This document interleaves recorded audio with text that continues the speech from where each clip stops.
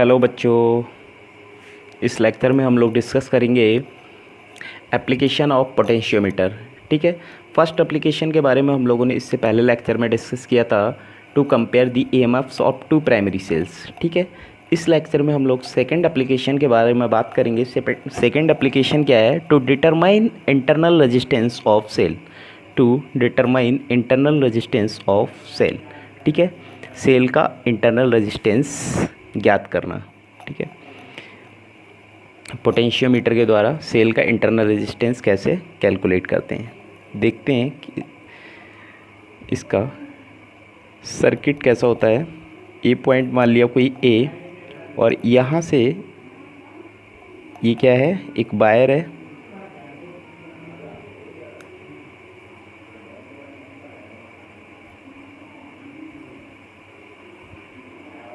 ये कोई वायर मान लिया मैंने, ठीक है। और ये पॉइंट क्या हो गया, बी।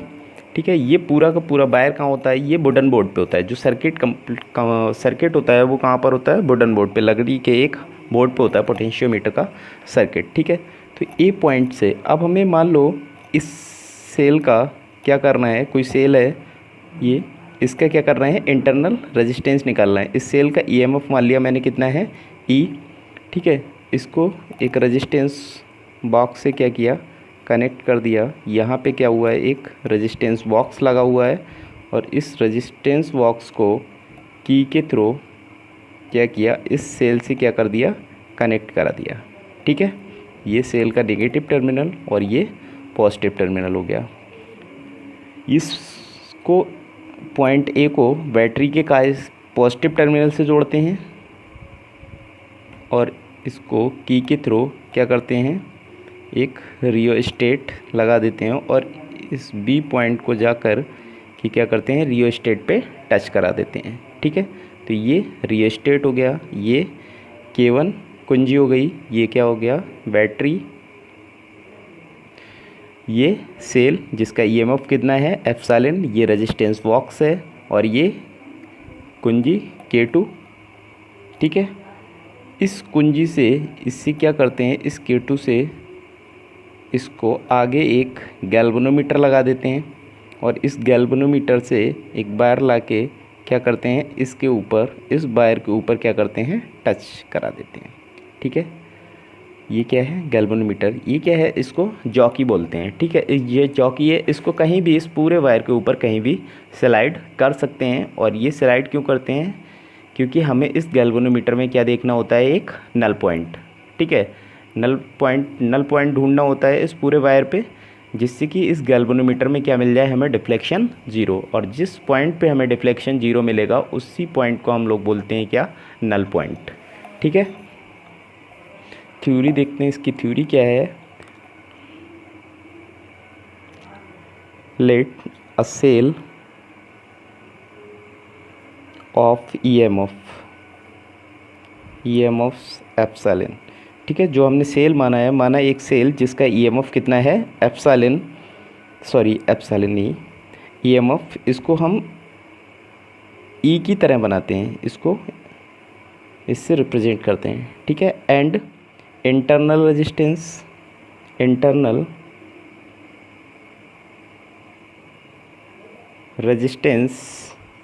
कितना है, are, is connected a resistance box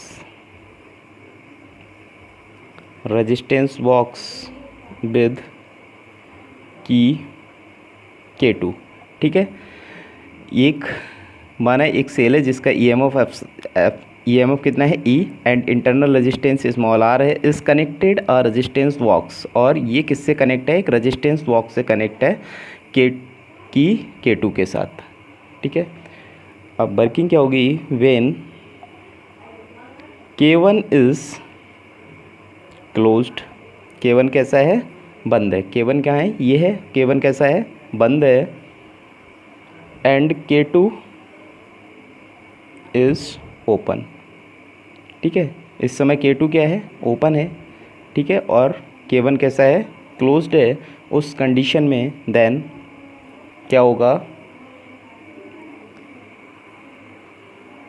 EMF is directly proportional to L1, ठीक है, और EMF E is equal to क्या लिख सकते हैं, KL1। इसको इक्वेशन नंबर दे दिया 1। इसी तरह से when K1 is open and K2 is closed, इस समय जब K1 खुला हुआ है एंड K2 कैसा है, बंद है, तब क्या होगा, B is directly proportional to L2 और B इज इक्वल टू क्या लिख सकते हैं, KL2, यानी कि इक्वेशन नंबर क्या हो गई, 2, ठीक है। डिवाइडिंग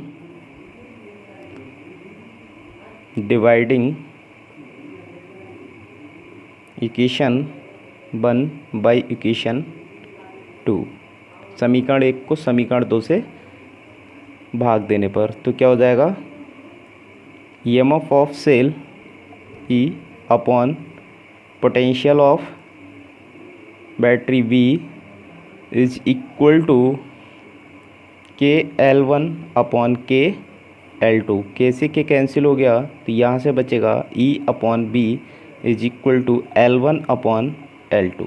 ये निकल के आ जाएगा। B क्या है, पोटेंशियल डिफरेंस, ठीक है, यहाँ से देखेंगे। बट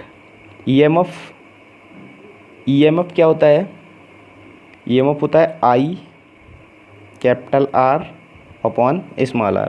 ये हम लोग इससे पहले जब किरचॉफ्स लॉ के बारे में डिस्कस कर रहे थे, उसमें हम लोगों ने पढ़ा था कि EMF is equal to I R plus R। R क्या है, external resistance, and small r क्या है, internal resistance of the cell, ठीक है। इस सेल का क्या है, इंटरनल रेजिस्टेंस, जो कि हमें क्या करना है, फाइंड आउट करना है।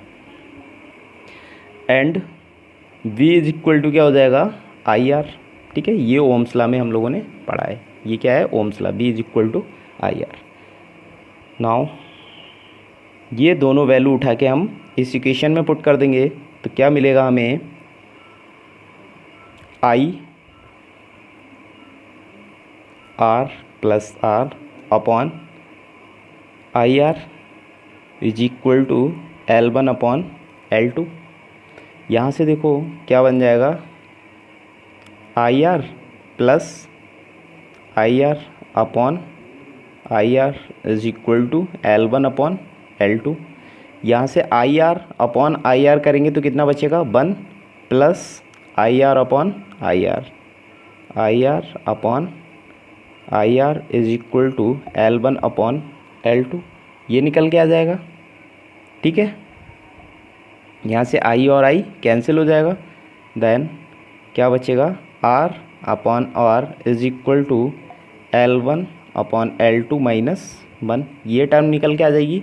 और कैलकुलेट क्या करना है हमें, इंटरनल रेजिस्टेंस। तो इंटरनल रेजिस्टेंस के लिए जो फार्मूला बनेगा वो क्या हो जाएगा, R is equal to capital R L1 upon L2 minus 1।